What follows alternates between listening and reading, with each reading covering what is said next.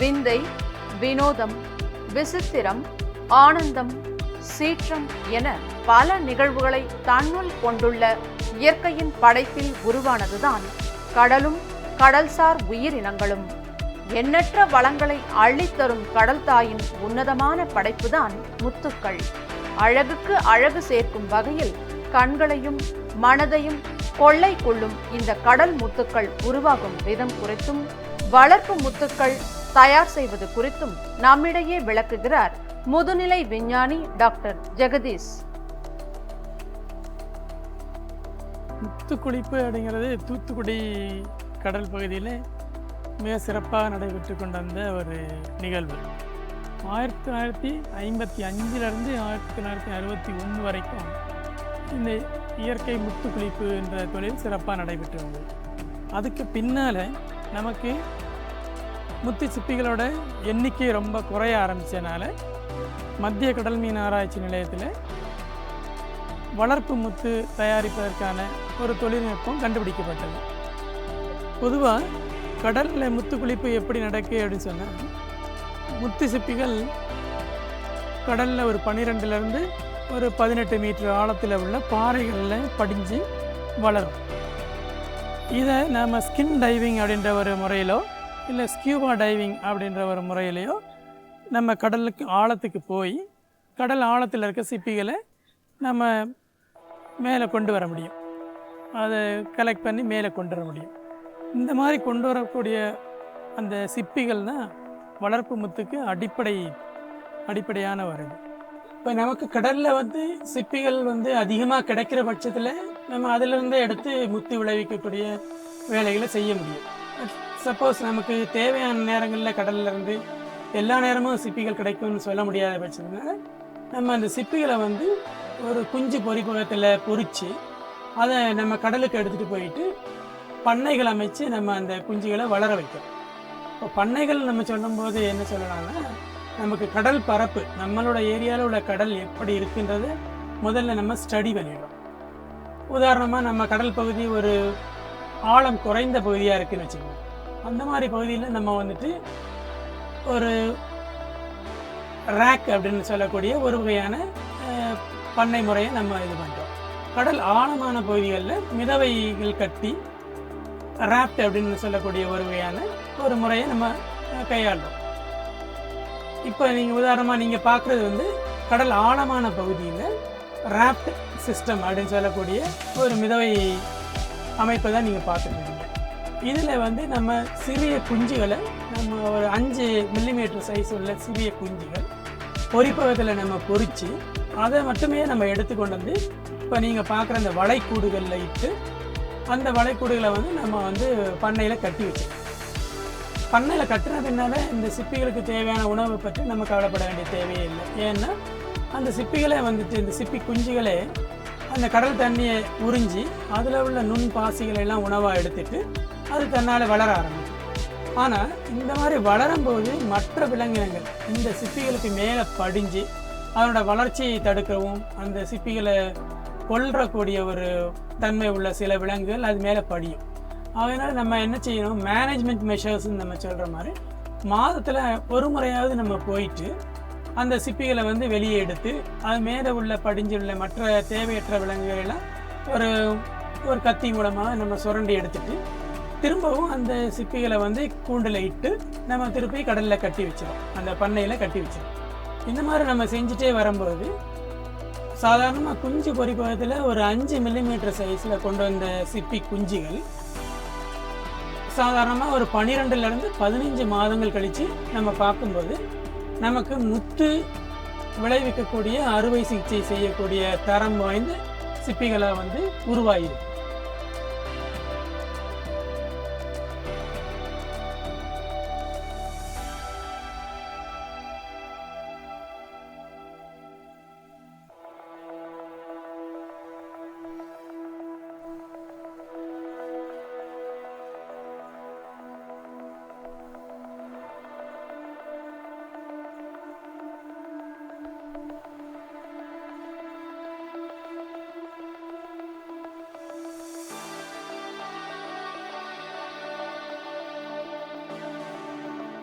உலகம் முழுவதும் பல்வேறு கடல் பகுதிகளில் இம்மாதிரியான இயற்கை முத்துக்கள் கிடைக்கின்றன.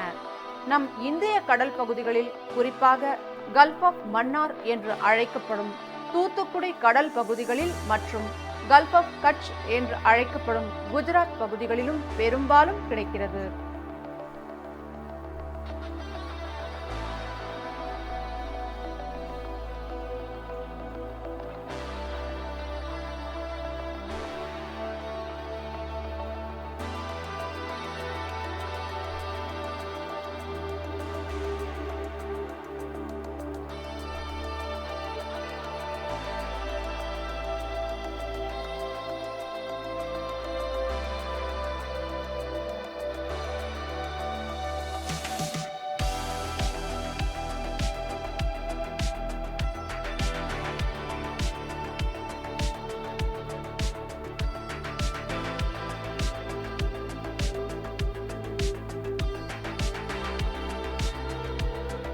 இப்போ நீங்கள் பார்க்குறது வந்துட்டு மைக்ரோ ஆல்கல் கல்ச்சர் லேபரட்டரி அப்படிங்கிற ஒரு பகுதி.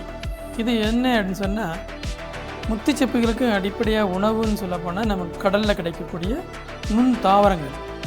இந்த நுண் தாவரங்களை நாங்கள் இந்த ஹேச்சரியில், இந்த மைக்ரோ ஆல்கல் லேபில் கடல் நீரிலிருந்து பிரித்து எடுத்து, அது விதவிதமான மைக்ரோ ஆல்கை உண்டு.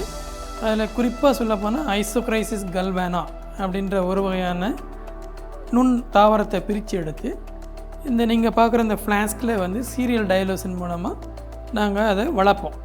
இந்த மாதிரி வளர்த்து வர்ற அந்த உணவை தான் நம்ம அந்த முத்து சிப்பிகளோட குஞ்சுகளுக்கு நம்ம உணவாக கொடுக்குறோம்.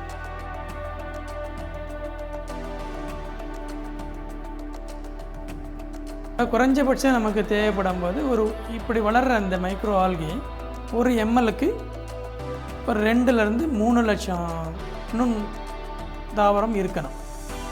ஒரு எம்எல் எடுத்து இந்த ஃபீட் எடுத்து நம்ம மைக்ரோஸ்கோப்பில் எக்ஸாமின் பண்ணி பார்க்கும்போது 2லேருந்து 3 லட்சம் நுண் தாவரங்கள் அதில் இருக்கணும். இந்த கான்சன்ட்ரேஷனில் வந்த பின்னால் நம்ம அடுத்த லேபுக்கு எடுத்துகிட்டு போகலாம்.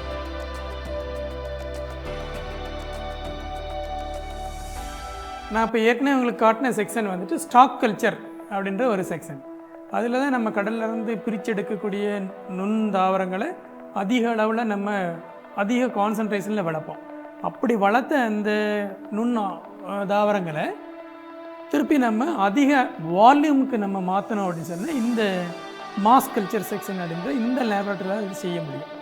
உதாரணமாக இந்த இதை எடுத்துக்கிட்டிங்கன்னா, இதில் எல்லாம் ஒரு எம்எல் வாட்டரில் உங்களுக்கு ஒரு 2லேருந்து 3 மில்லியன் நுண் தாவரங்கள் இருக்கும். அந்த அளவுக்கு கான்சன்ட்ரேஷன் வந்த பின்னால் இதில் இருக்கக்கூடிய இந்த இது நம்ம ஒரு பக்கெட்டில் உள்ள ஒரு 20-25 லிட்டர் கடல் தண்ணிக்கு இனாக்குலேட் பண்ணிடுறோம். இனாக்குலேட் பண்ண பின்னால் அந்த கடல் நுண் தாவரங்களானது சுயமாக பெருக்கம் அடைஞ்சு ஒவ்வொரு நாள் கூட அதனோட கான்சன்ட்ரேஷன் அதிகமாகிட்டே வரும். உதாரணமாக இதை எடுத்துக்கிட்டிங்கன்னா, இதுலேயும் ஏறத்தாழ ஒரு 2 மில்லியன் ஒரு கான்சன்ட்ரேஷனுக்கு நமக்கு ரீச் ஆகிடும். இவ்வாறு ரீச் ஆன அந்த கான்சன்ட்ரேஷனில் உள்ள ஃபீடை தான் எடுத்து நம்ம குஞ்சு பொறிப்பகத்தில் உள்ள அந்த முத்துச்சிப்பியோட லார்வே மற்றும் இந்த சிறிய குஞ்சுகளுக்கு உணவாக நம்ம கொடுக்கணும். அந்த உணவாக கொடுக்கறது வந்துட்டு ஒவ்வொரு சிப்பிகளுக்கும் அதனுடைய அளவுக்கு தகுந்த மாதிரி அந்த உணவை நம்ம கால்குலேட் பண்ணி அந்தளவு வால்யூம் உணவு மட்டுமே நம்ம அதுக்கு உணவாக கொடுக்க முடியும். இந்த மாதிரி ஒரு லேபரட்டரிக்கு தேவையானது என்னென்னா, ஒரு 12 மணி நேரம் அந்த வெளிச்சம் இருக்கணும், ஒரு 12 மணி நேரம் இருட்டாக இருக்கணும். அது ஒரு முக்கியமான ஒர்க்காகும். 2வது இந்த வெப்பநிலை வந்துட்டு ஒரு 22 டிகிரி அதை தாண்டாமல் அதுக்கு கீழே உள்ள மாதிரி ஒரு ஸ்டெரிலைஸ்டு லேப் அப்படின்னு சொல்லக்கூடிய அந்த ஒரு இடத்துல தான் இந்த மைக்ரோ ஆல்கே நம்மளால் வளர்க்க முடியும். உதாரணமாக இது வந்து க்ரீன் ஆல்கேன்னு சொல்லக்கூடிய இன்னொரு வகையான மைக்ரோ ஆல்கே. இது நானோ குளோராப்சிஸ் அப்படின்னு சொல்லக்கூடிய ஒரு வகையான ஆல்கே. இப்போ இதை எடுத்துட்டிங்கன்னா இது குளோரெல்லா அப்படின்னு சொல்லக்கூடிய இன்னொரு வகையான ஒரு ஆல்கே. இது க்ரீன் ஆல்கே அப்படின்ற அந்த வகையான ஒரு ஆல்கே. நம்ம ஐசோக்ரைசிஸ் கல்பானோ அப்படின்னு சொல்லக்கூடிய இந்த ஆல்கையை தான் நம்ம முத்துச்சிப்பிகளுக்கு அந்த குஞ்சுகளுக்கு உணவாக நம்ம கொடுக்கலாம். தூத்துக்குடி கடல் பகுதியில் வந்து நமக்கு ஏறத்தாழ ஒரு 80 இந்த சிப்பிகள் கிடைக்கக்கூடிய ஒரு பார்ன்னு சொல்லக்கூடிய ஒரு பாறை பகுதிகள் இருக்கு. அதில் வந்துட்டு எல்லா பார்லையுமே வந்துட்டு எல்லா நேரங்களையும் சிப்பிகள் கிடைக்கணுன்றது ஒரு அத்தியாவசியம் இல்லை. ஒரு சில பாரில் தான் அந்த மாதிரி செட்டில்மெண்ட்டுன்னு சொல்லக்கூடிய அந்த குஞ்சு சிப்பிகள்லாம் படிஞ்சு அது பின்னால் வளர்ந்து அது நமக்கு தேவையான அளவுக்கு முத்து உண்டாக்கக்கூடிய அளவுக்கு வளர்ந்து ஒரு சில பாறைகள் தான் நமக்கு கிடைக்கும். இப்போ நம்ம அந்த மாதிரி ஒரு பாறையை நம்ம தேடி வந்திருக்கோம்.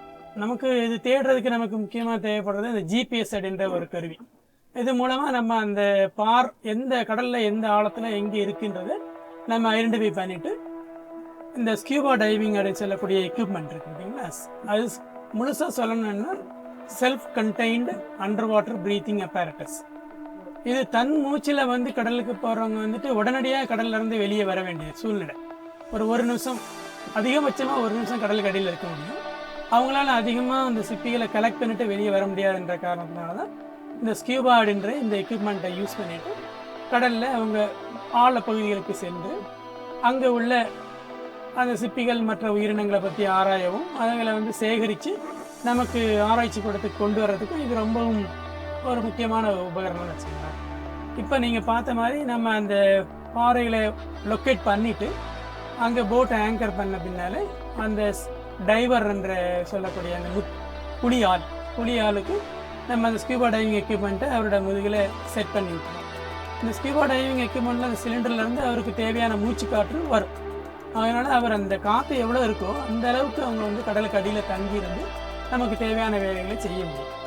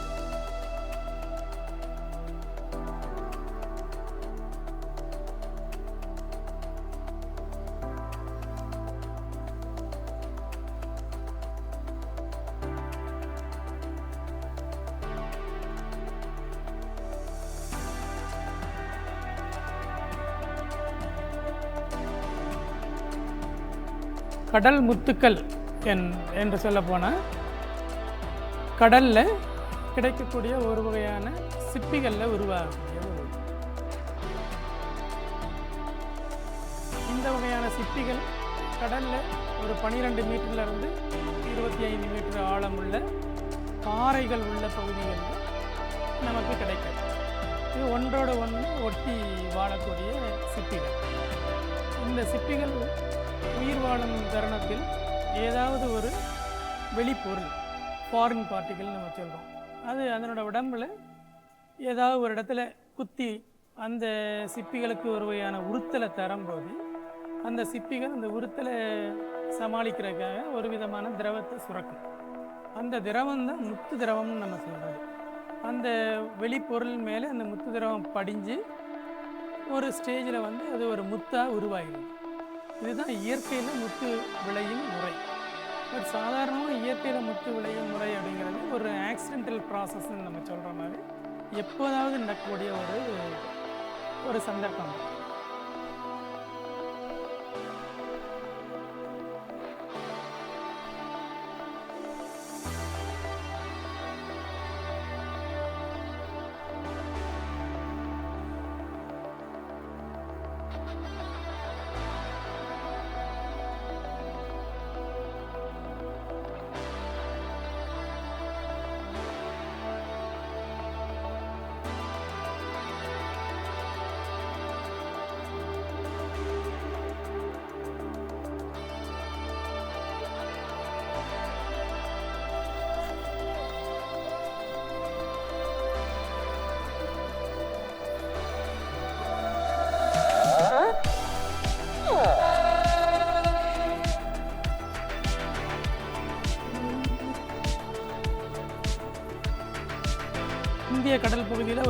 வகையான முத்து சிப்பிகள் கிடைக்கும்.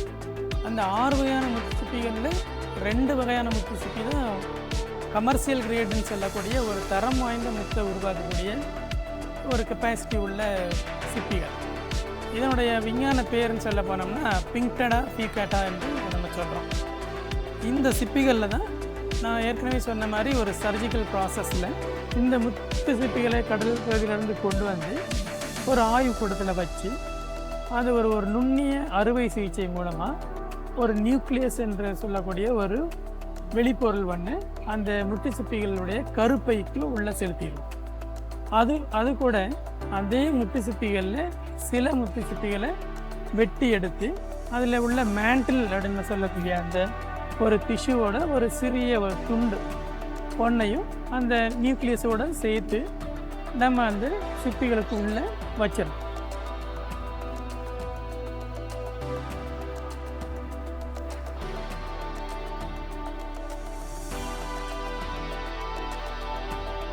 இவ்வாறு இந்த கடல் பகுதியில் ஒரு 8 முதல் 9 மாதங்கள் வரை நம்ம சர்ஜிக்கல் ப்ராசஸ்க்கு உட்படுத்தப்பட்ட சிப்பிகளை வளர்க்க வேண்டும். 9 மாதம் கழித்த பின்னால் உயிரோடு இருக்கக்கூடிய அந்த சிப்பிகளை திரும்பவும் எடுத்து கொண்டு வந்து ஆய்வுக்கூடத்தில் வச்சு அவைகளை பிரித்து பார்க்கும்போது ஒவ்வொரு சிப்பியும் ஒரு முத்து விளைந்திருக்கான ஒரு வாய்ப்பு இருக்குது. சாதாரணமாக இந்த மாதிரி நம்ம சர்ஜிக்கலாக முத்து விளைவு ஒரு 20% முத்து உருவாகக்கூடிய வாய்ப்பு நமக்கு உண்டு.